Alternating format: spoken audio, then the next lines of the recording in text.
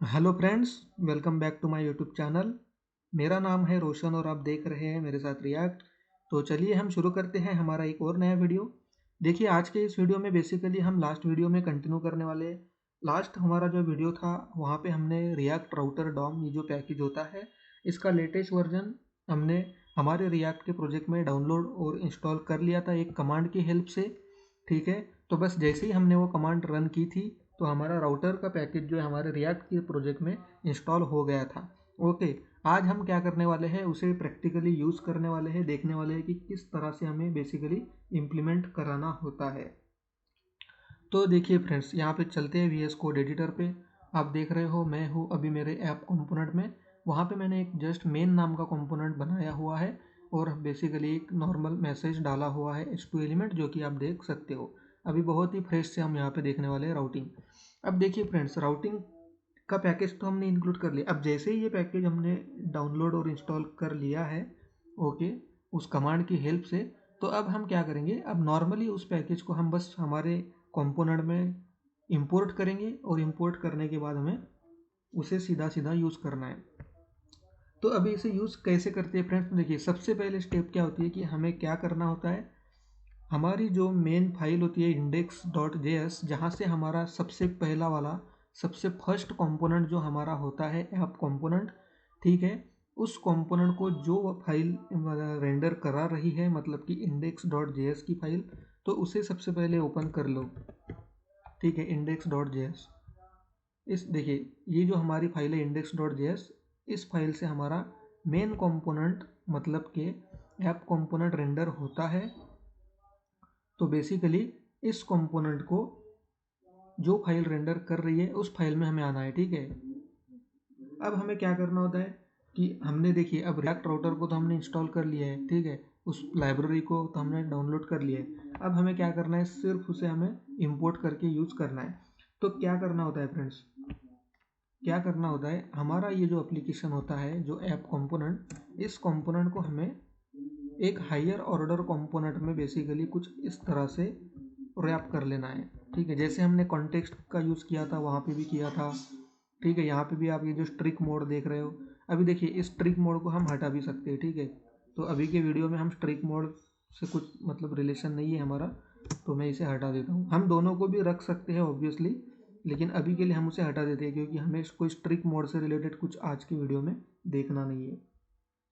अब यहाँ पे हमें एक हायर ऑर्डर कंपोनेंट यूज़ करना होता है रिएक्ट राउटर से रिलेटेड, जिसका नाम होता है ब्राउज़र राउटर। ठीक है, देखिए ब्राउज़र राउटर ये एक हायर ऑर्डर कंपोनेंट है। तो इसे बेसिकली, अब हायर ऑर्डर कंपोनेंट क्या होते हैं ये मैं आपको बताऊंगा आने वाले वीडियोस में, लेकिन अभी के लिए समझ लीजिए कि हायर ऑर्डर कंपोनेंट मतलब कि हायर ऑर्डर कंपोनेंट मतलब कोई सुपर कंपोनेंट जिसके पास कोई खास पावर होती है या कुछ फीचर होते हैं। ठीक है, ऐसा आप समझ लीजिए। तो हमें क्या करना है कि इस हमारा जो एप्लीकेशन का मेन कंपोनेंट है ऐप कंपोनेंट, इसे हमें कुछ इस तरह से रैप कर लेना है। ठीक है, फिर जैसे ही हमने ब्राउज़र, अब ये browser router higher order component जो है ये कहाँ से आ रहा है, तो ये हमने जो हमारा राउटर का जो रिएक्ट राउटर डॉम जो डाउनलोड किया था लास्ट वीडियो में, बेसिकली उस लाइब्रेरी से ये आ रहा है। ठीक है, तो देखिए आप देख सकते हो जैसे ही मैंने यहाँ पे यूज़ किया, रिएक्ट ने ऑटोमेटिकली उसे इंपोर्ट भी कर दिया। और ये कहाँ से आ रहा है, तो रिएक्ट राउटर डॉम, जो कि हमारे लास्ट वीडियो में हमने इंस्टॉल किया था। ठीक है, तो पहले हमने उसे इंस्टॉल किया, फिर अब हम उसे इंपोर्ट करके यूज़ करते हैं। अब क्या करना है कि कुछ इस तरह से ब्राउज़र राउटर से हमारे मेन कंपोनेंट को हमें रैप कर लेना है। ठीक है, फिर ये काम हमारा ख़त्म हो जाता है index.js की फाइल में।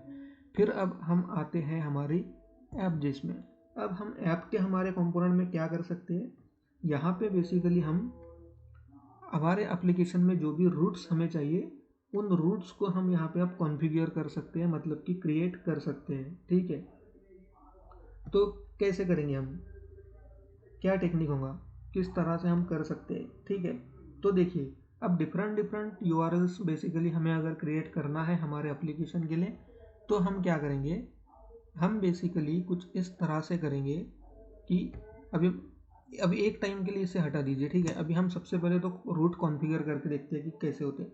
तो अभी हमें क्या करना है कि हमें डिफरेंट रूट्स क्रिएट करना है। देखिए हमारे लास्ट वीडियो में मैंने आपको बताया था कि जैसे अगर फेसबुक की वेबसाइट है तो facebook.com, फिर facebook.com/friends/profile/videos/photos, ठीक है।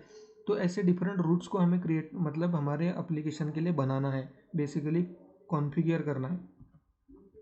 तो हम कैसे करेंगे?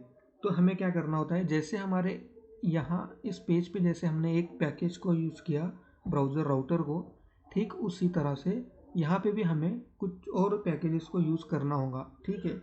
तो बेसिकली ये पैकेजेस जो है ये रिएक्ट के लैंग्वेज में अगर बोला जाए तो ये कंपोनेंट्स ही होते हैं, क्योंकि आप देख रहे हो इसे हम एक नॉर्मली जैसे हम किसी भी कंपोनेंट को रेंडर करते हैं ठीक उसी तरह से हम यूज़ कर रहे हैं, ठीक है। तो ठीक उसी तरह से यहाँ पे भी हमें कुछ पैकेजेस की ज़रूरत पड़ने वाली है। तो सबसे पहला पैकेज जो हमारा होगा वो होगा राउट्स, ठीक है। अब ये राउट्स क्या है? तो राउट्स बेसिकली सभी रूट्स को होल्ड करने वाला है, ठीक है। एक कंटेनर है, जैसे नॉर्मली हम CSS में क्या करते हैं, अब बेसिक एग्जांपल आपको बता दूँ, अगर CSS में हमें अगर एक कंटेनर एलिमेंट चाहिए और उस कंटेनर में अगर हमें 4-5 कुछ चाइल्ड चाहिए, तो हमारा एक पेरेंट ड्यू होता है और उसके अंदर भी छोटे छोटे ड्यू एलिमेंट्स को हम डालते हैं, ठीक है। तो आप समझ लीजिए ये कुछ उस तरह से कॉन्सेप्ट है, ठीक है। ये राउट्स जो है ये बेसिकली जो हमारे डिफरेंट रूट्स होने वाले हैं उनको होल्ड करता है। अब ये राउट्स हमने डाल दिया, अब राउट्स के अंदर हमें क्या करना है, हमारा एक रूट बनाना है, ठीक है, मतलब कि राउट। तो इसका सिंटैक्स होता है कुछ इस तरह से, ठीक है। और देखिए जैसे ही हम इन पैकेजेस को, जैसे ही हम इन कंपोनेंट्स को या पैकेजेस को यहाँ पे यूज़ करते हैं तो ऑटोमेटिकली यहाँ पे इंपोर्ट भी हो जाता है। अभी यहाँ पे रूट को इंपोर्ट ऑटोमेटिकली कर दिया गया है लेकिन राउट का नहीं हुआ है, तो हम उसे कर लेते हैं मैनुअली, ठीक है। ये देखिए राउट्स पैकेज जो इसको मैंने अभी इंपोर्ट कर लिया है। तो बेसिकली राउट्स को हमने यहाँ पे यूज़ किया। राउट्स क्या है? तो राउट्स एक पेरेंट है जिसके अंडर हमारे सभी रूट्स आने वाले हैं। तो बेसिकली ये एक सिंटैक्स है, स्टैंडर्ड सिंटैक्स, आपको कुछ इस तरह से ही लिखना होगा, ऐसा आप अभी के लिए समझ लीजिए। अब ये जो एक मतलब अब ये क्या है देखिए, अब रिएक्ट के वे से अगर देखें तो ये एक कॉम्पोनेंट ही है, ठीक है। तो इसे हमें एक नॉर्मल कॉम्पोनेंट की तरह से हमें समझना होगा। अब ये एक कॉम्पोनेंट है ऐसा आप समझ लीजिए, ठीक है। इसे हमें कुछ डेटा पास कराना होगा। अब कुछ डेटा जो हमें पास कराना होता है वो क्या होता है? तो देखिए हम क्या कर रहे हैं, हम रूट बना रहे हैं, ठीक है। हम हमारे एप्लीकेशन में बेसिकली रूट को क्रिएट कर रहे हैं। रूट मतलब कि जब भी यूज़र उस पर्टिकुलर रूट को अपने यूआरएल में एंटर करेगा तो वो एक नए लोकेशन के ऊपर, नए पेज के ऊपर, नए कंटेंट के ऊपर वो बेसिकली नेविगेट होगा, ठीक है। तो ये होगा रूट। तो हमें रूट बनाना है। तो रूट हम जब बनाते हैं तो हमें क्या करना होता है कि हमें कुछ रूट के नाम डिफाइन करना होते हैं, और उस रूट को अगर यूज़र एक्सेस करे तो फिर उसे क्या डिस्प्ले कराना है ये हमें बेसिकली कॉन्फ़िगर करना है। दो चीज़ें यहाँ पे करना है। तो अभी देखिए एक रूट हम बनाते हैं हमारे प्रोजेक्ट के लिए जिसका नाम हम देते हैं होम, ठीक है। होम नाम का एक रूट बनाते हैं बेसिकली। तो क्या करना होता है, यहाँ पे हमें एक बेसिकली एट्रीब्यूट यूज़ करना होगा जिसका नाम हम देंगे होम, ठीक है, कुछ इस तरह से, ओके। और अब इस वाले रूट के ऊपर मतलब स्लैश होम, इस पाथ को अगर यूज़र एक्सेस करता है तो फिर उसे क्या डिस्प्ले होना चाहिए, ठीक है, क्या दिखाना है। तो बेसिकली हम उसे कुछ कंटेंट डिस्प्ले कराएंगे। तो फिर उसे जो भी हमें डिस्प्ले कराना है वो, अगर हमें जो भी डिस्प्ले कराना है उसे यूज़र इंटरफेस की, तो उसे हमें यहाँ पे डिफाइन करना होगा, ठीक है, कि भाई पाथ के ऊपर एक्सेस, पाथ इस यूआरएल को एक्सेस करने के बाद क्या डिस्प्ले होना चाहिए। तो उसके लिए एक दूसरा पैरामीटर या आर्गुमेंट होता है जिसका नाम होता है एलिमेंट, ओके। अब इस एलिमेंट में हम डिफाइन करते हैं हमारे कंपोनेंट का नाम, जो भी कंपोनेंट हम डिस्प्ले कराना चाहते हैं। तो इस केस में हम कौन से कंपोनेंट को डिस्प्ले कराएंगे, ये जो ऑलरेडी हमने यहाँ पे इंपोर्ट करके रखा हुआ है इस कंपोनेंट को हम बेसिकली रेंडर करा देंगे। देखिए आप कोई भी कंपोनेंट को रेंडर करा सकते हो, लेकिन हमारे पास में ये मेन कंपोनेंट हमने ऑलरेडी बना के रखा हुआ है तो इसे हम रेंडर करते हैं। या फिर एक बात कर लेते हैं, थोड़ा कन्फ्यूजन को अवॉइड करने के लिए मैं होम नाम को हटा के मैं यूआरएल का नाम भी मेन रख लेता हूँ, ठीक है। अभी देखिए अभी क्या होगा, अभी index.js को भी मैं एक बार सेव कर लेता हूँ और फिर मैं ऐप नाम की फाइल को भी सेव अगर कर लेता हूँ, और फिर अगर हम यहाँ पे आकर देखते, देखिए अभी लोकल 3000 के ऊपर मैं हूँ, ठीक है। अभी मैं हूँ लोकल 3000 के ऊपर। अभी मुझे कुछ भी डिस्प्ले नहीं होता है, क्योंकि ये जो यूआरएल है लोकल, इसके लिए मैंने अभी कोई कॉन्फ़िगरेशन किया ही नहीं है। ठीक है, देखिए अब हमने राउटिंग को यूज़ कर लिया है। अभी तक हम राउटिंग को यूज़ नहीं करते थे, तो इसीलिए जो भी कंपोनेंट को हम इंडेक्स से रेंडर कराते थे वो सीधा सीधा हमें लोकल होस्ट 3000 का जो मेन यूआरएल है उस पर डिस्प्ले हो जाता था। लेकिन अब हम राउटर पैकेज को इम्प्लीमेंट कर रहे हैं, हमने राउटर को इंक्लूड कर लिया है। तो अब क्या होगा कि अब हम जो भी रूट्स बनाएंगे उन उन रूट्स को ही हम एक्सेस कर पाएंगे। तो बेसिकली अब हमारा एप्लीकेशन रूट के ऊपर डिपेंड हो गया है। अब जो भी रूट्स हम क्रिएट करेंगे, जिन रूट्स को हम बेसिकली यूज़ करेंगे, कॉन्फ़िगर करेंगे, वही रूट हमारे एप्लीकेशन में अवेलेबल होंगे। तो इसीलिए अब हम लोकल 3000 के ऊपर अगर देखते हैं तो हमें कुछ भी दिखाई नहीं देगा। ठीक है, लेकिन जैसे ही हमारा ये जो नया रूट हमने बनाया /main, अब इसे अगर हम एक्सेस करते हैं तो अब हमारा मेन कंपोनेंट रेंडर हो जाएगा। अब देखिए स्लैश और मेन, आप देख सकते हो हमारा राउटिंग का कंपोनेंट आ रहा है। ओके, तो क्या कर सकते हैं हम, अब देखिए अब और थोड़ा सा एक्सप्लेन करने के लिए 2-3 रूट बना लेते हैं। अब ये मेन हो गया, ठीक है, फॉर एग्जांपल ये मेन हो गया हमारा। अब यहाँ पे और 1-2 बना लेते हैं।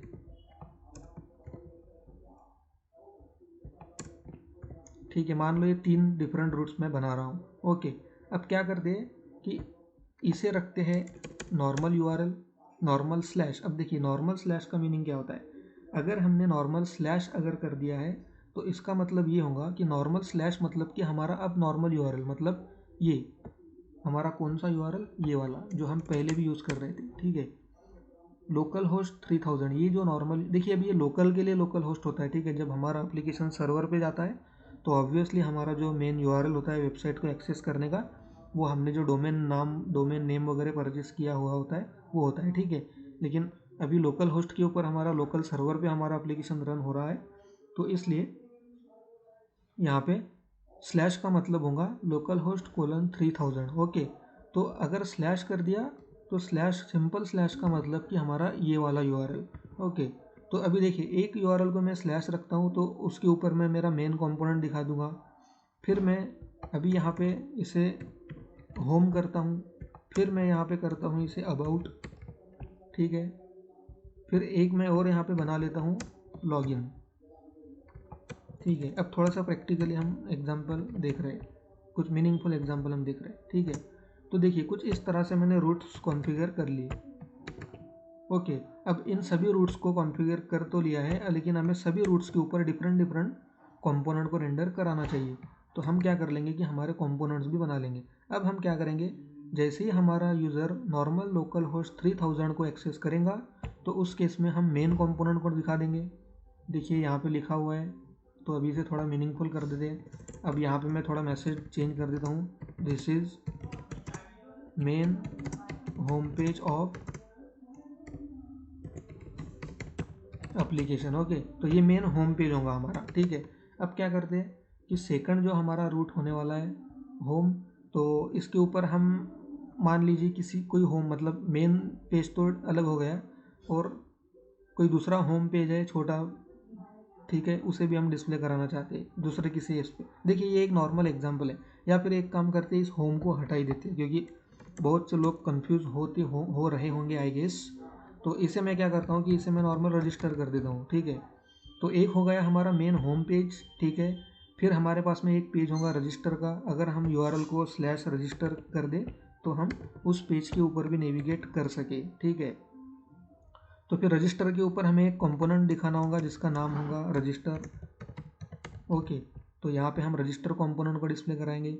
अबाउट के यूआरएल के ऊपर हम अबाउट नाम का एक कंपोनेंट बनाएंगे, उसे रेंडर करेंगे। और लॉगिन के ऊपर हम लॉगिन वाले कंपोनेंट को बेसिकली कुछ इस तरह से रेंडर करा देंगे। ओके, तो देखिए अब क्या करते हैं कि ये जो सारे कंपोनेंट हम डिस्प्ले कराना चाहते हैं इन्हें भी हमें बनाना होगा। तो मेन हमारे पास में ऑलरेडी बनाया हुआ है, अब हम रजिस्टर कंपोनेंट को बनाते हैं। ठीक है, तो फटाफट से इन कंपोनेंट्स को मैं यहाँ पे बना लेता हूँ। देखिए सबसे पहला कौन सा है, हमारा रजिस्टर। तो इस कंपोनेंट को मैं बना लेता हूँ यहाँ पे बहुत ही सिंपल वे में, कोई ज़्यादा टाइम हमें लगने वाला है नहीं। ये देखिए हमारा रजिस्टर कंपोनेंट हमने बना लिया है। यहाँ से भी हम एक मैसेज को रेंडर करा देते हैं। h2 में this is register page. Okay, यहाँ से रेंडर करा दिया और यहाँ से एक्सपोर्ट डिफॉल्ट कर लेते हैं।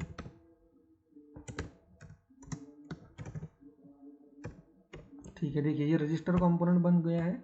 अब बनाते हैं हमारा अगला कंपोनेंट जिसका नाम है लॉगिन। लॉगिन को बना लेते हैं सबसे पहले, login.js। तो क्या करता हूँ मैं, थोड़ा स्पीड के लिए यहाँ से इसे कॉपी कर लेता हूँ और इसे लॉगिन में मैं बेसिकली पेस्ट कर देता हूँ। इसका नाम मैं चेंज कर लेता हूँ। यहाँ पे मैसेज को मैं चेंज कर देता हूँ, दिस इज़ लॉगिन पेज।